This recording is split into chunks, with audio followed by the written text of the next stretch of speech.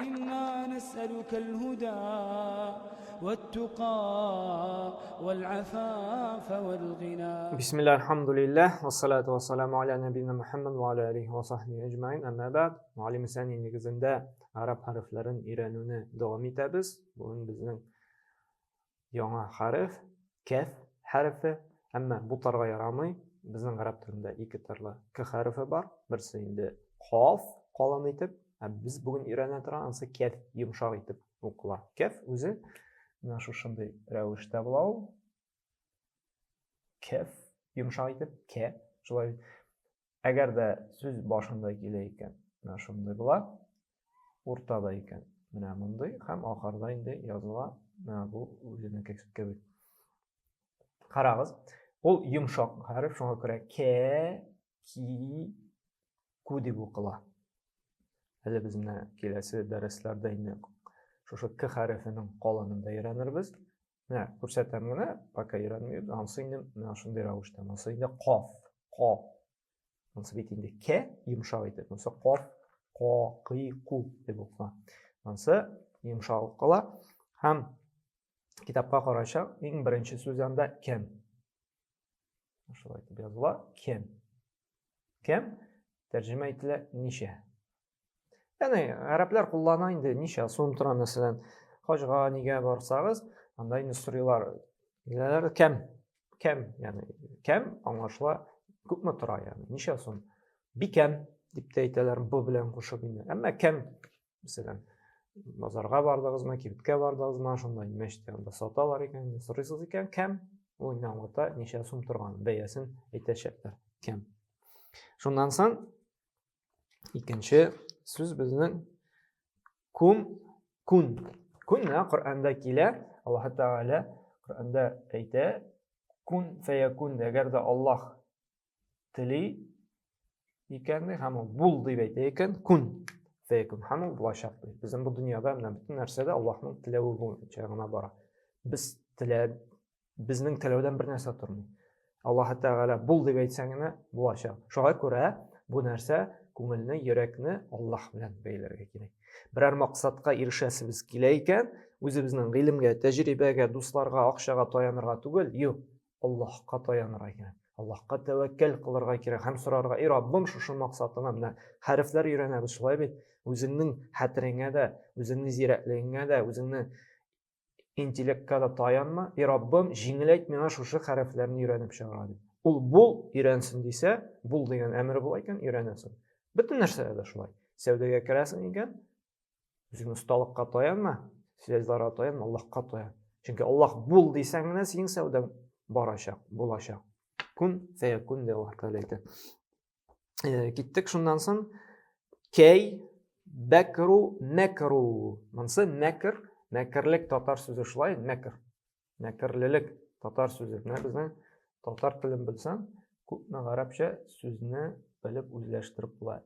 Makru degan. Ya'ni makrlilik, shulay. Makrlilik, makr. Karmu, kanzu, kanz, hazina, kanz, kanzun, kanz, hazina, hazina, kanz, hazina. Tarku, kataba yazdı. Kataba yazdı. Kataba yazdı. Shundan so'ng yaktubu u yozadi. Taraka qoldirdi, ya'ni astavil, taraka. Yatruku katabtum amaraka amaratka kuntu mumkinu. Mumkinu endi tatar so'zi shulay deb mumkinu. Mumkinmi? Shunga ko'ra yozib turmaymi bizning tatar so'zini. Mumkinu, mumkinmi? Arablarda buni ish qo'llanadi. Mumkin, masalan, shiratda nida turasan ekan, o'tib ketasiz kelar ekan, ular aytadilar, mumkin, mumkinmi? Ya'ni mumkinmi deydi. Shunga mumkinmi degan so'z bizning arab tilidan kirgan so'z ekan. Aydagiz, hozir harfni o'qib ketigani. Ka, ki, ku. Kam. Kam. Kam. Kun. Kun. Kun. kun. Qur'onda keladi shulay bit. Kun fayakun. Alloh bul deb aytadi, ham u bo'ladi. Kun. Kun. Kay. O'tgan darsda olgan ya harfi. Oxirdan ya kelar ekan, ikki nuqtasiz keladi. Shulay bit. Kay. Bakru. Bakru. Bakru.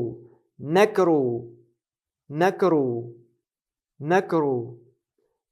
Karmu. Karmu. Karmu. Kanzu. Hazine. Kanzu. Kanzu. Tarku. Tarku.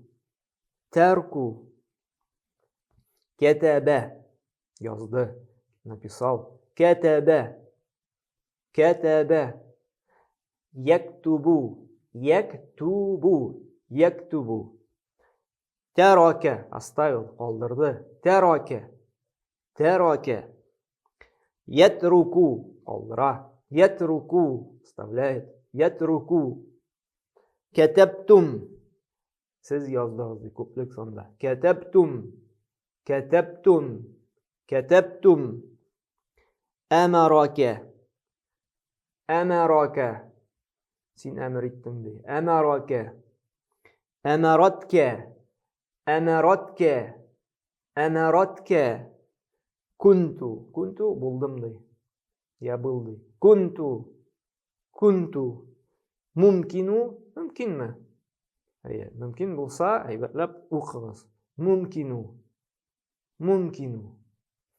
Hozir biz nishlaymiz? Odatdagicha har bir harfni bir yo'l yozib chiqamiz. Shulay bitganki, ku boshida, o'rtasida, oxirida ham butun shu so'zni-da biror yo'l yozib chiqamiz. Kamni bir yo'l, kumni, kunni, kayni hamma shu kaf harfin 15, 20, 30 taqririni o'qib chiqamiz. Alda harflarni o'qirga endi unutmaymiz.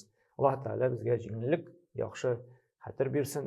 Shu harflarni o'zlashtirib, Qur'onni arab tilida o'qirga Alloh taolo bizga yordam bersin. Subhanakalloh bihamdik ashhadu an la ilaha illa anta astaghfiruka va atubu ilayk.